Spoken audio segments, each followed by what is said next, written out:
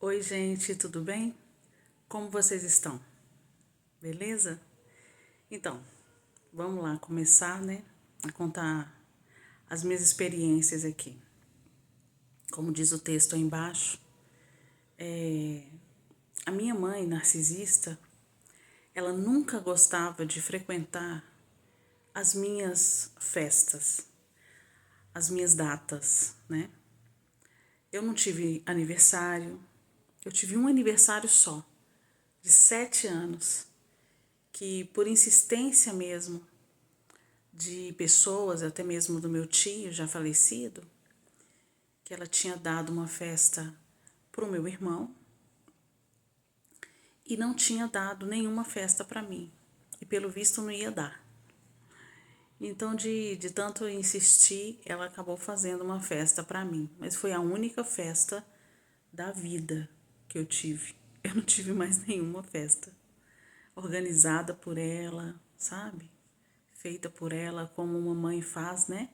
Com carinho pro filho. Não, eu não tive isso não. Eu lembro que eu fui ser a rainha da festa junina da minha escola. O meu tio se empenhou comprando as minhas fichas, né, para eu conseguir ser a rainha. Eu fui princesa, né, daquela festa, mas eu fiquei muito feliz. O meu tio pagou a minha roupa para eu ir, né, para fazer minha roupa. Enfim, foi uns preparativos para que antecediam, né, a festa. Nossa, eu estava muito ansiosa e com muita vergonha, né, também ao mesmo tempo, porque eu não sabia, mas eu já tinha bloqueios, eu já tinha traumas ali que eu não conseguia, claro, como uma criança, eu não conseguia identificar e nem entender. Mas eu queria muito ir nessa festa, eu queria muito me apresentar como uma princesa, eu estava feliz como princesa, mas ao mesmo tempo muito nervosa, muito, né, triste, um sentimento estranho que alguns filhos de mães narcisistas têm, eu, por exemplo, né? Eu quero ir para um lugar, eu quero estar num lugar e ao mesmo tempo eu não quero. É muito esquisito isso. Mas enfim, me preparei, fizeram minha roupa, inclusive foi ela, né, que organizou, porque o meu tio deu dinheiro para ela, então ela tinha que fazer. No dia da festa, quando ela estava me fazendo um rabo de cavalo, ela disse assim para mim: Rosa, eu não vou na sua festa. E eu na hora, né, fiquei assim, por que minha mãe não vai na minha festa? Eu virei para trás assim, ela tava mexendo no meu cabelo. Eu virei para trás e falei: "Mãe, mas por quê?" Ô, gente, ela inventou tanta desculpa, mas tanta desculpa para não ir,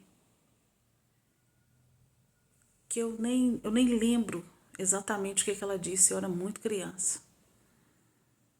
E eu fui na festa, sozinha, toda arrumadinha. Eu cheguei lá sem meus irmãos, sem a minha mãe, sem o meu pai. E o meu tio, ele era alcoólatra. Então ele parou num boteco para beber e se esqueceu. Então, ou seja, eu estava lá sozinha, sozinha. Quando eu fui chamada para ser a apresentada, né, para ser a princesa, eu tinha que desfilar. E nessa hora eu procurei, a minha esperança era de ver a minha família ali, né, a minha mãe. Eu procurei naquela multidão, olhando assim, sabe? E não achei. Eu falei, ela deve estar escondida, com certeza ela mudou de ideia, ela deve estar escondida em algum lugar. Recebi o meu presente, que eu nem sabia que tinha, ganhei um presente e fiz mais um desfile com a minha professora. E quando eu vi que a festa estava se esvaziando, é que realmente eles não tinham ido mesmo. ela realmente não foi. E eu fiquei assim muito chateada. Eu cheguei em casa, eu tava assim contente pelo presente, eu tava bonitinha, eu tava toda arrumadinha, eu tava feliz por isso. Mas eu voltava para casa sozinha, o caminho foi solitário. Eu não podia compartilhar aquele momento, né, com ela. E não foi só isso, foi também vários outros. Na minha festa, por exemplo, de primeira comunhão,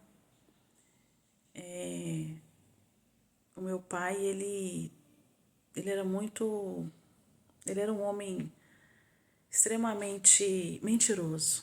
Ele tinha esse hábito de mentir, sabe? Ele não era narcisista não, mas ele era mentiroso, ele mentia muito.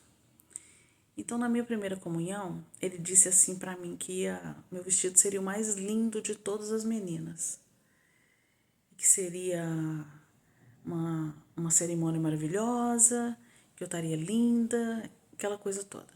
Foi passando-se os dias, foi chegando próximo à primeira comunhão, nada do meu pai comprar o tecido para mandar fazer o vestido. E eu fui ficando aflita porque todas as meninas já tinham seus vestidos, né? E só eu que não. Uma vizinha, que eu amo muito, hoje ela é falecida, ela viu a minha aflição, ela viu a minha tristeza e disse assim: "Ó Rosa, a gente vai achar esse vestido hoje para você." E ela também percebeu que a minha mãe, ela não tinha se empenhado em nada, para arrumar um vestido para mim, emprestado, usado, não interessa. Ela não se empenhou, gente, ela não moveu uma palha para que eu tivesse esse vestido.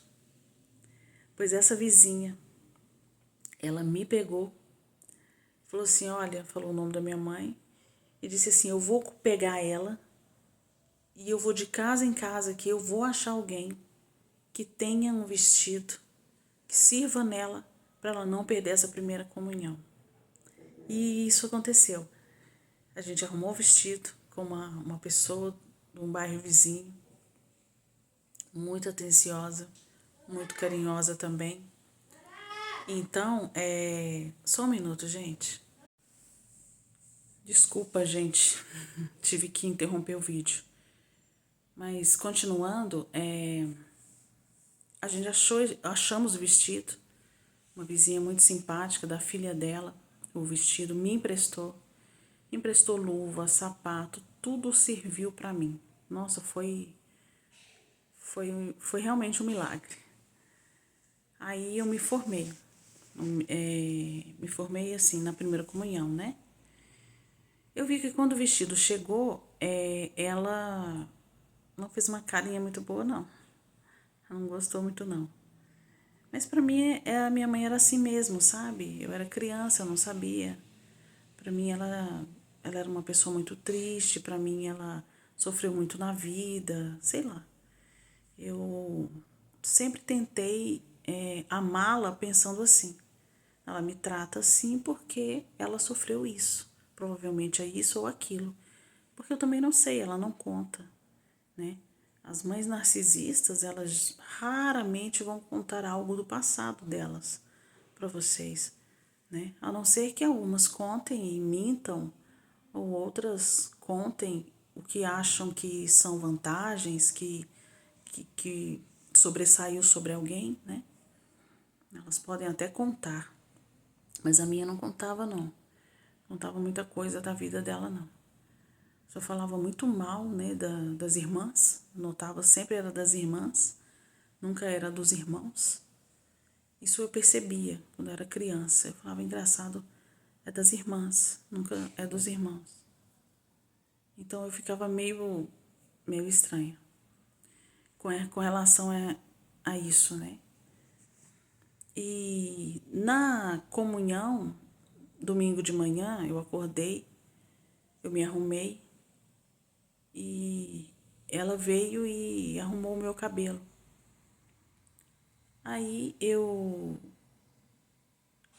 de novo, né, eu perguntei, né, vocês vão na minha primeira comunhão, né? Porque eu percebi que na casa ninguém estava arrumando. para nada. Tava todo mundo, meus irmãos estavam dormindo ainda.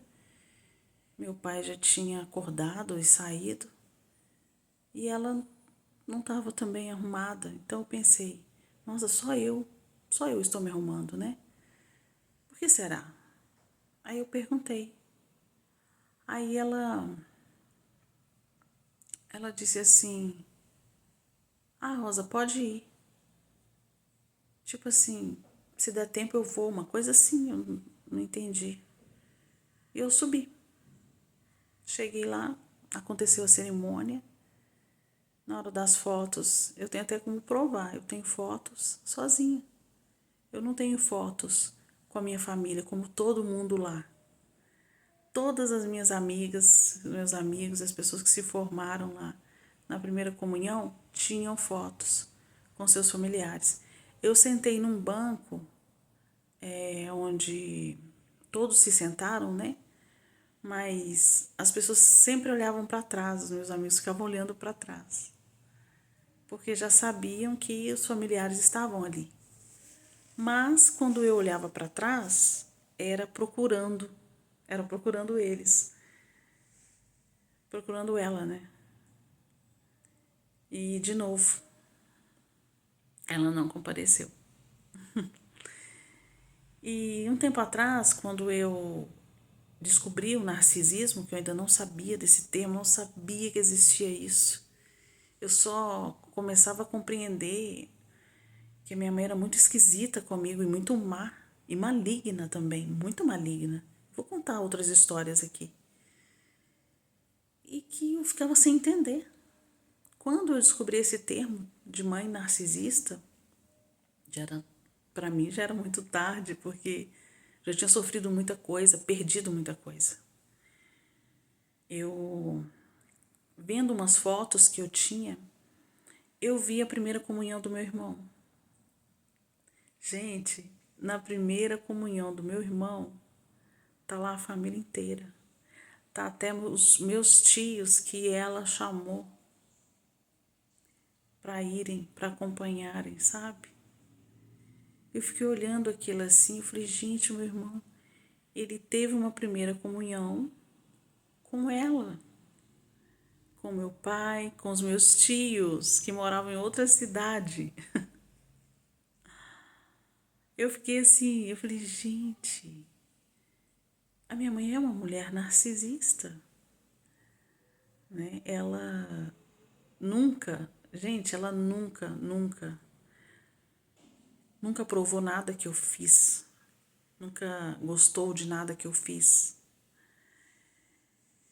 Em festas, por exemplo, que de vez em quando acontecia, porque ela não era muito de dar festas, na verdade ela não era de dar festas, ela não dava festas, detestava, a não sei que a festa era dela, para ela, alguma coisa envolvendo amigos, mas família, nunca, não tinha aniversários lá em casa, não tinha natais lá em casa, quem começou com isso foi eu, e ela vendo que eu que tinha começado isso, ela pegou a ideia para ela, e hoje ela faz, né, reuniões.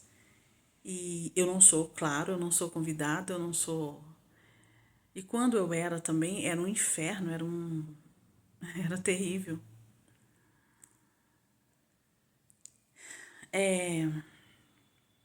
O trato, né, comigo era visível. Só quem. O filho de mãe narcisista, gente, eles estão sozinhos. Quando eles procuram ajuda, socorro, eles tentam falar, eles são reprimidos, repreendidos severamente. Você não pode falar da sua mãe. Que isso, sua mãe te abraçou na festa. Que isso, sua mãe até tirou uma foto com você, te deu um beijo. Que exagero. Você não está inventando muita coisa, não, da sua cabeça, não. Você está criando um inferninho, tentando criar um inferninho para sua mãe. Sua mãe é tão boa com você, ela se preocupa tanto com você. Ela fala, você vê nos olhos dela a preocupação. É isso que você vai ouvir quando você tentar falar com alguém que sua mãe te maltrata, sua mãe te trata diferente, ou seja, sua mãe é narcisista. É isso que você vai encontrar. Você nem seu melhor amigo vai acreditar em você. Porque a sua mãe narcisista trata o seu melhor amigo maravilhosamente. Muito bem. Eu mesmo tinha uma amiga que a mãe dela abandonou ela quando ela era criança. Então, quem cuidou dela um pouco foi minha mãe. E essa minha amiga, ela não acredita em mim. Ela não acredita, ela fala: Rosa, você tá inventando.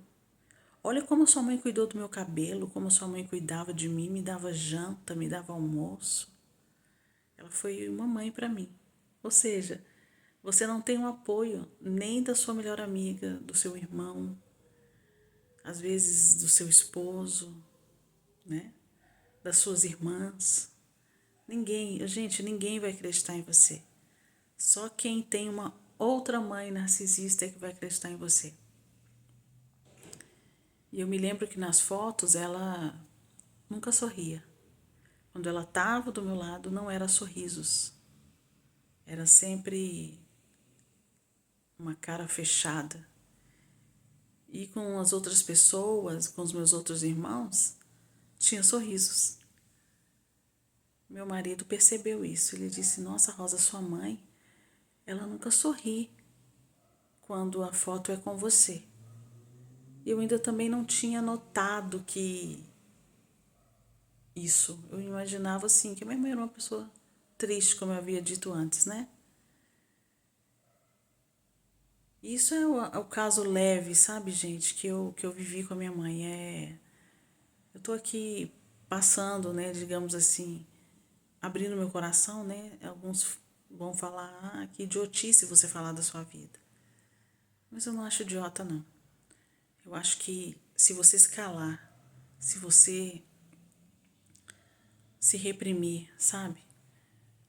Quanto mais a gente não expõe o que a gente sofreu com essas pessoas, mais elas serão fortes nas suas narrativas, nas suas difamações. Elas estarão sempre evoluindo, prosperando. E como eu estou aqui cansada mesmo, eu estou cansada. Gente, eu estou cansada. É tanta coisa que eu sofri com ela, que eu perdi com ela, que eu não quero mais me calar. Mesmo que eu esteja aqui fazendo papel de idiota para vocês, ou para alguns.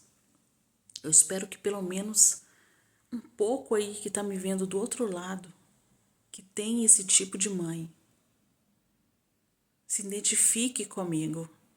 Acorda. Não entra em depressão. Não tome remédios. Não abandone o seu casamento. Recupere os seus filhos que ela está tentando jogar contra você. Mas não deixe que a sua vida passe sem você vivê-la. Tá bom?